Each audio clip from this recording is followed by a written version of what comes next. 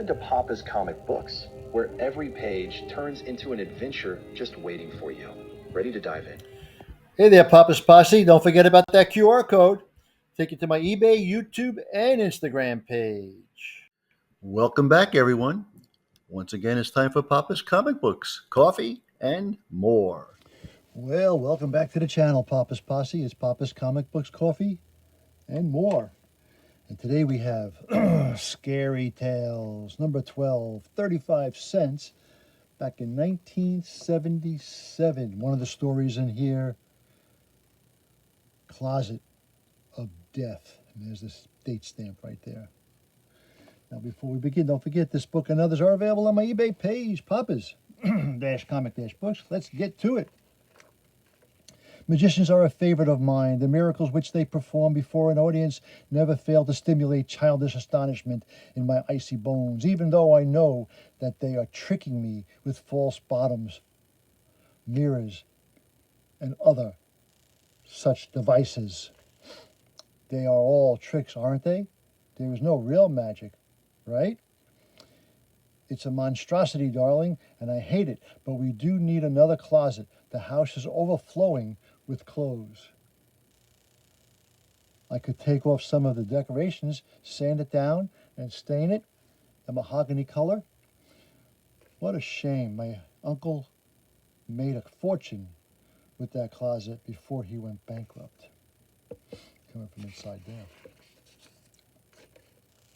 As Tom and Julie Wilkerson pondered the fate of the gaudy closet they had inherited from Tom's uncle, Tom indulged his nostalgic memories. My uncle was a magician, and this was one of his most impressive illusions. Which trick was that? There were two closets in his act. I think my aunt sold the other one after my uncle's death. He would place a beautiful girl into the first cabinet, after first showing the audience all of its sides, make a magical pass by waving his hands, and then, when he opened the door, the second closet, there she would be. The audience loved the illusion and clapped furiously at the conclusion.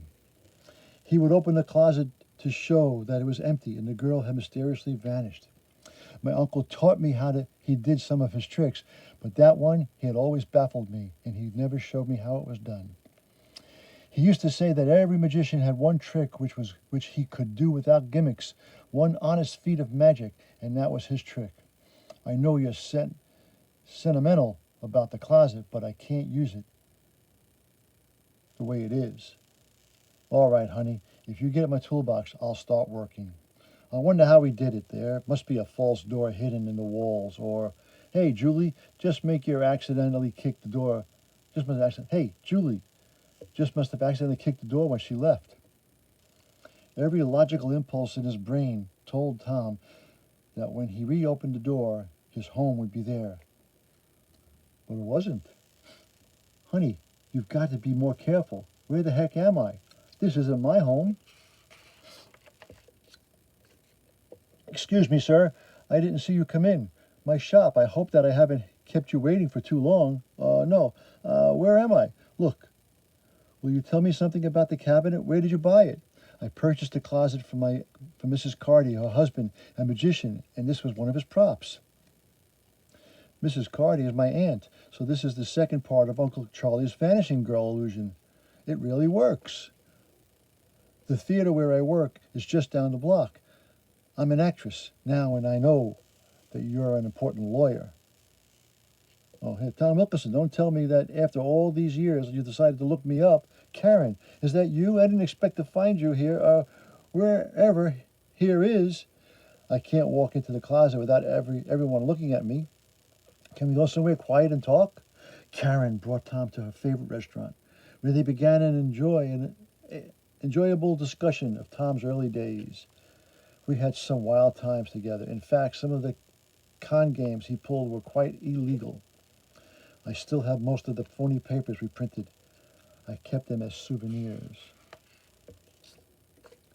I hope you haven't shown them to anyone. They could do me a lot of harm. No, I haven't, and I won't for $5,000. You're trying to blackmail me? Not trying, dear. I am blackmailing you. You're angry now, so we won't discuss it further. But by Wednesday, I want a money order for the amount I mentioned, and that is only the first payment. Why are you doing this to me? I thought we were friends. We are, Tom. I'm just doing it for the money. You taught me that principle years ago. I'll see you in a couple of days. That little witch. I should kill her and maybe I can answer it in an antique shop. And maybe I can. The answer's in the antique shop. What I need now is a good alibi, which means being in two places at the same time, or at least nearly at the same time for the cabinet. I can accomplish that impossible trick. I'll have to check the closet out to make certain that it will transport me back and forth. Otherwise, I'll be stuck at one location. Now, sir, I'm free, too. Sir, why are you going into the closet? The closet is empty. Tom waited tensely in the dark, and his entire plan of murder rested on his bizarre properties of the closets. There is so much that I can do with these closets if they work the way I'm hoping they do. The closet is empty, but I thought he went in there. I must have been mistaken. There's a secret door in the back. I can enter and leave the closet that way.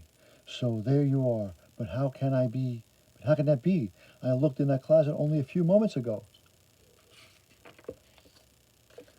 Honey, I've just decided to leave the closet just as it is. I don't want to paint it or anything.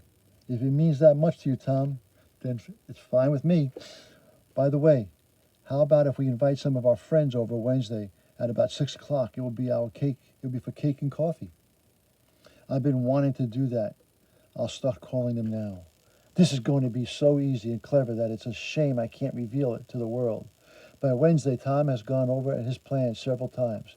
The guests will be here at 6. Then gives me 15 minutes to locate Karen, do the job, and get back. 4:45. Locating her won't be a problem. She has a performance tonight. All I have to do is wait for her as she leaves the theater. The antique shop doesn't close until 8, so there won't be a problem there. The only risky part of my plan is entering and leaving the store without being seen. I'll be careful. I should be able to accomplish that without too much difficulty. Wait a minute. This isn't the shop. It's a room. This could only mean that someone has bought the closet and moved it to their house. My whole plan is blown, and I don't have the money for Karen. Someone is coming. If I close the closet door, I'll be transported back home. I'll take a quick look and see who it is. Are you out of your mind, Tom? You're going to ruin everything. Get out of here. Karen, so you're the one who bought the closet? This is very convenient.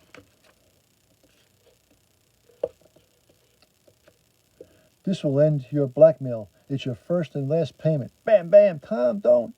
The most difficult part of my plan is over with. Now all I have to do is return home to establish my alibi. Someone was bound to hear those shots and find Karen immediately. That will place that time of the killing at 5:55. At 6 o'clock, I'll be with my guests, and Karen is nearly a half an hour's ride away. Julie, I'm ready, but where are our friends? Haven't any of them arrived yet? I've been calling and calling. You were in the shower. The Bradfords and the Clocums pulled out of the last minute, and so I postponed to get another until Monday. There goes my ironclad alibi, but no great harm done. The chances are that I won't even be a suspect. A short time later, after a while, I'll buy that matching closet so that there'll be no loose ends. I'll have to wait until things cool down. I'll get that. Tom, it's the police. They want to talk to you. Mr. Wilkerson, I'm Inspector Hardtack. I've come to you about the murder of Karen Wells. I knew Karen Wells years ago, but that was quite a while back. How can I help you? We don't know the details yet, but you were very foolish to kill her in front of hundreds of witnesses.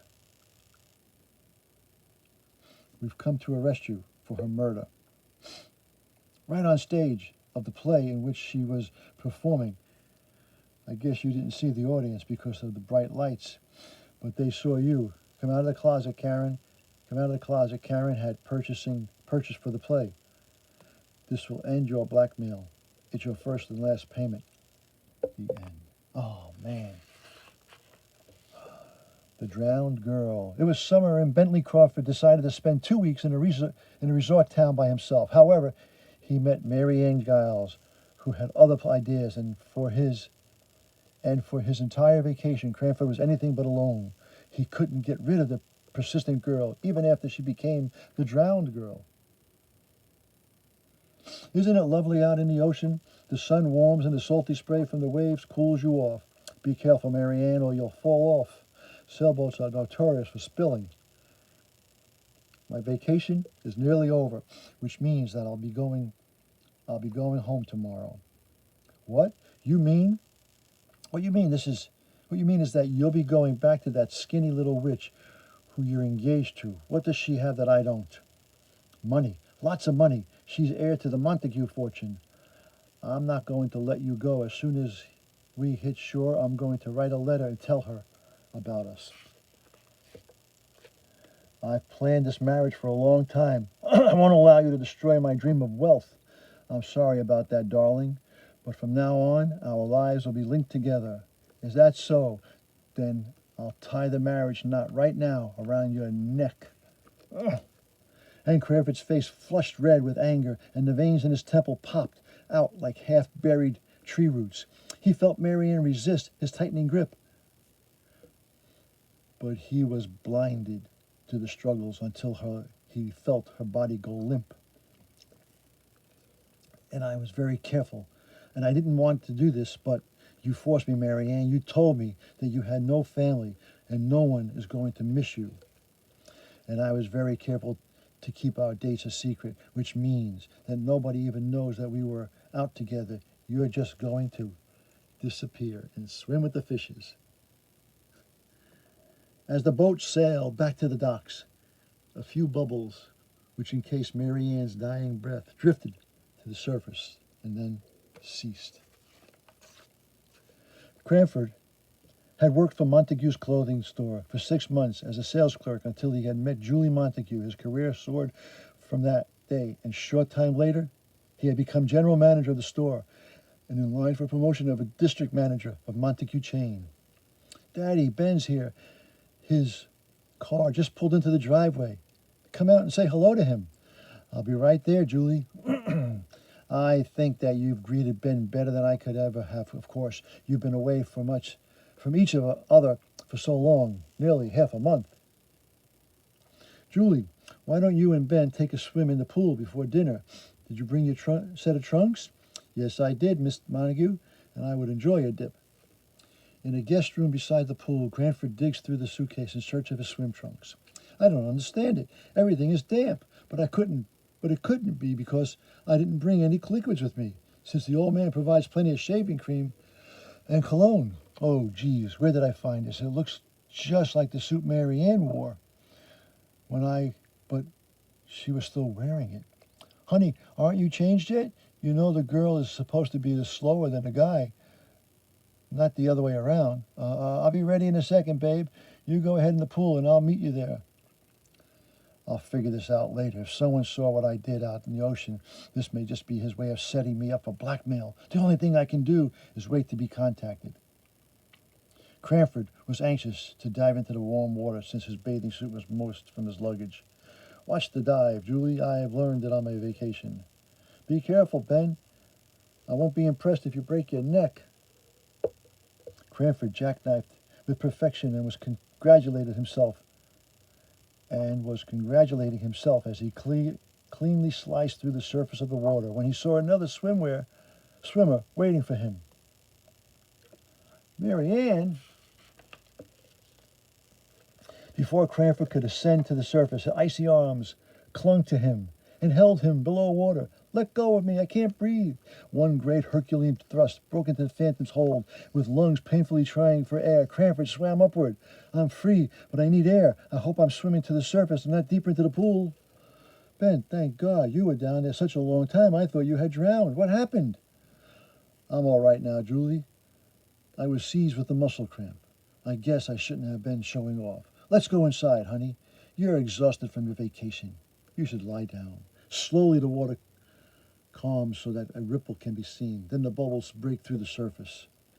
After dinner, don't forget that we have an engagement party. I remember. A soiree was scheduled where Cranford and Julie could celebrate their engagement. Though Cranford had the distant look of a potential groom in his eyes, his thoughts were not on the oncoming wedding.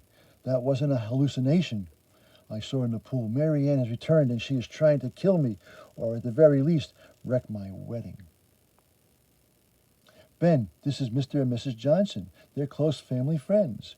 From the corner of his eye, Cranford detects the bizarre footprints of the rug, but gives no indication of having seen them. How do you do? It's a pleasure. He's out in the garden. Brusquely, Cranford excused himself. Mary Ann, I know you out here. Show yourself. I want this finished once and for all. You thought it was over, didn't you, Benny? But I told you that I wouldn't let you go. I'm sorry for what I did, but I can't bring you back to life. Please tell me what I must do to give you rest so that you won't torment me anymore. You've already done your part. There is nothing more I shall be. Nothing more. I shall be with you always on your wedding and on your honeymoon and on your anniversary. No, I won't let you ruin my life. I stopped you before. With Starsky and Hutch or Rocky? No.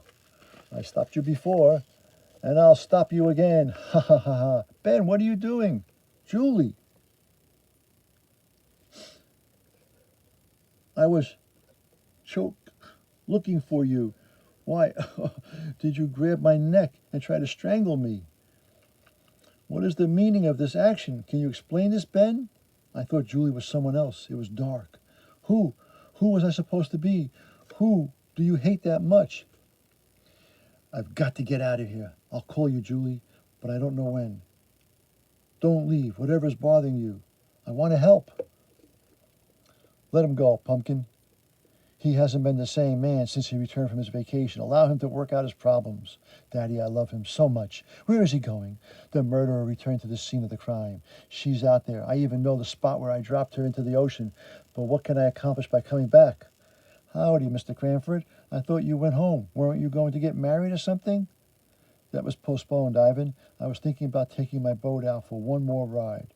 Maybe a little scuba diving. Go ahead. There's not many people out there this early. I heard tell of a storm passing by that is supposed to miss us, but let the Rusak get you. Don't let the Rusak get you. The what? Rusak. The spirits of drowned girls. They haunt the living until their bodies are recovered and buried on land. It's an old Russian legend. That's interesting, Ivan. Very interesting. I recall that Mary Ann was part Russian. It seems insane and high risk, but if I can put her at rest, I'll be released from the curse. It's worth a try. This is the area. She may have drifted a bit with the currents, but I think I can locate her. Pleasure cruising and boats in general were Cranford's only hobby, and he knew it well. There she is. Those coral rocks kept her from drifting too far. As soon as I reach the boat, I'll wrap her in a tarpaulin. Tarpaulin? Yeah. Tarpaulin? I keep on deck and storing her aboard until tonight. Then I'll drive her to Potter's Field and bury her. It's nearly over, and after today I can pick up exactly where I left off with Julie. That little fool is crazy about me. I thought the storm was supposed to miss us. Maybe this is just the tail of it. I'll be at the docks in less than 15 minutes, so it doesn't matter. This isn't just a light gale, it's a hurricane. My boat won't stay afloat through this. Oh no, yeah. The Weather Bureau reported that the hurricane, for some unexplained reason, suddenly changed its course for a moment and then returned to its predicted path. Let go of me, I want to live, please. Got him. And she takes him underneath. The end. Castle of Fear. Vandals? One phenomenon of our times is the vicious vandalism perpetrated by a small percentage of our youth, for which many decent young people are blamed. Two of these subhuman delighted in destroying headstones and memorials in certain cemeteries. Hey, look, I wonder what's inside. There was a lock on the barred gate, but they forced it open and went inside. One had a can of spray paint. What's that? No, the gate swings shut, Hubie. Somehow the gate clanged shut. They imagined they heard the rusty lock turning, and they rushed to get out. It won't open, Hubie. We're locked in. Who's that? 4 days later, they were found almost dead of thirst and hunger and raw terror, for they believed the ghosts locked us in honest. Well, I'm going to lock you in, buddy, and I'm not a ghost. And lock him in jail. Alrighty, well that was Scary Tales number 12. It was 35 cents back in 1977. Hope you enjoyed that little reading. And don't forget, this book and others are available on my eBay page, Papa's-Comic-Books. Please hit that like button and subscribe to the channel. And remember, as Papa and all the ghosts always say, what did we say? Yeah, that was easy. Until next time, Papa is out.